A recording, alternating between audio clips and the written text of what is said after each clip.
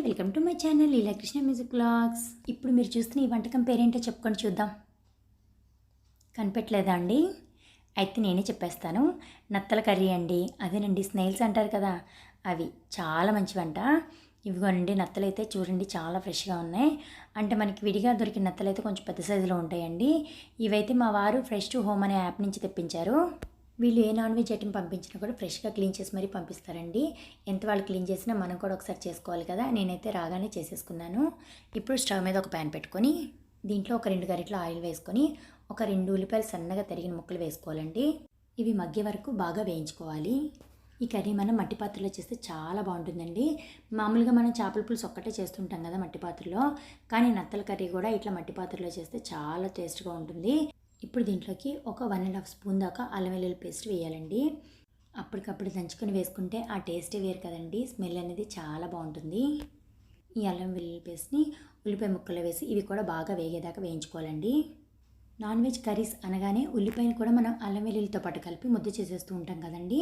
కానీ ఈ కర్రీకి మాత్రం అట్లా చేయకూడదు. విడిగా ఉల్లిపాయ ముక్కలు వేసుకొని ఆ తర్వాత అల్లం వెల్లుల్లి పేస్ట్ వేసుకోవాలి. అప్పుడే కర్రీ అనేది బాగుంటుంది. ఇప్పుడు ఇవన్నీ కూడా బాగా వేగిపోయాయండి.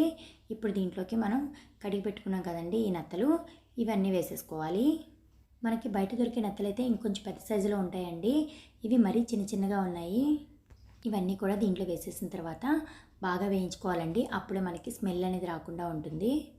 నత్తలు వేయంగానే మనం ఉప్పు, కారం, పసుపు అన్నీ కూడా ఈ స్టేజ్లో ఉన్నప్పుడే వేసేసుకోవచ్చు. ఎందుకంటే ఇవన్నీ కూడా నత్తలకి బాగా పట్టాలి కదా, అందుకని. ఇప్పుడు దీంట్లోకి ఒక 1/2 స్పూన్ దాకా పసుపు. ఎప్పుడైనా మనం నాన్ వెజ్ ఐటమ్స్ చేసేటప్పుడు పసుపు కొంచెం ఎక్కువగానే వేస్తుంటాం కదా, వెజ్కి అయితే తక్కువ వేసుకున్నా సరిపోతుంది. 1 స్పూన్ దాకా కారం,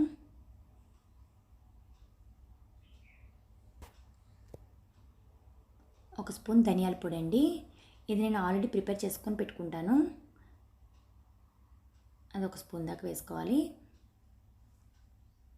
రుచికి సరిపడినంత ఉప్పు, అంటే నేను కల్లుప్పు వేస్తున్నానండి, కావాలంటే మామూలు సాల్ట్ కూడా వేసుకోవచ్చు. ఇంకా ఇవన్నీ బాగా కలిసేలా కలుపుకొని మొత్తం వేగేదాకా మూత పెట్టుకోవాలండి. దీంట్లోంచి వాటర్ వస్తాయి. వాటర్ వచ్చి ఆ వాటర్ కూడా ఆపరేట్ అయిపోయేంత వరకు కూడా ఇవన్నీ బాగా వేయించుకోవాలి. ఇంకా బాగా కలుపుకొని మూత పెట్టేసుకుందామండి.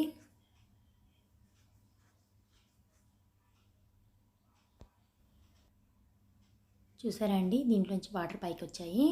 ఈ వాటర్ అన్నీ కూడా ఆపరేట్ అయిపోయేదాకా బాగా వేయించుకోవాలి. ఇవన్నీ కూడా బాగా వేగిన తర్వాత ఇప్పుడు దీంట్లోకి మనం వాటర్ పోసుకోవాలి. సుమారు ఈ నత్తలు మునిగేంత వరకు పోసుకుంటే సరిపోతుందండి. ఈ నత్తల్ని కర్రీలాగే కాదండి, ఫ్రైలాగా కూడా చేసుకోవచ్చు. ఇంకా ఇప్పుడు ఒక 10 నిమిషాల పాటు బాగా ఉడకాలి. మనకి ఈ రొయ్యలు, పీతల్లాగే ఈ నత్తలు కూడా సీ ఫుడ్డే కదండి. సీ ఫుడ్ అనగానే చాలామంది తినడానికి ఇష్టపడరు. ఆ స్మెల్ అనేది వాళ్ళకి నచ్చదు. కానీ ఈ చికెన్, మటన్ కంటే కూడా సీ ఫుడ్స్ అనేవి హెల్త్కి చాలా మంచివి. రెడీ అయిపోయిందండి కర్రీ. ఈ స్టేజ్లో ఉన్నప్పుడు మనం దీంట్లోకి 1 స్పూన్ గరం మసాలా వేసుకోవాలి. అంటే మనకి నాన్ వెజ్ ఐటమ్స్లో అన్నిట్లో వేస్తాం కదండి మసాలా. గరం మసాలా అంటే గసగసాల పొడి. గసగసాల పొడిని 1 స్పూన్ వేసుకోవాలి. అంతేనండి, కర్రీ రెడీ అయిపోయింది. ఇంకెందుకు ఆలస్యం, మీరు కూడా తయారు చేసి ఎలా వచ్చిందో కామెంట్ సెక్షన్లో చెప్పేయండి. ఈ వీడియో కనుక మీకు నచ్చినట్లయితే ప్లీజ్ సబ్స్క్రైబ్ చేసుకోండి. మరిన్ని వీడియోలతో మళ్ళీ కలుద్దాం. మీ లీలాకృష్ణ మ్యూజిక్ వ్లాగ్స్. ఓకే, అందరికీ బాయ్ అండి.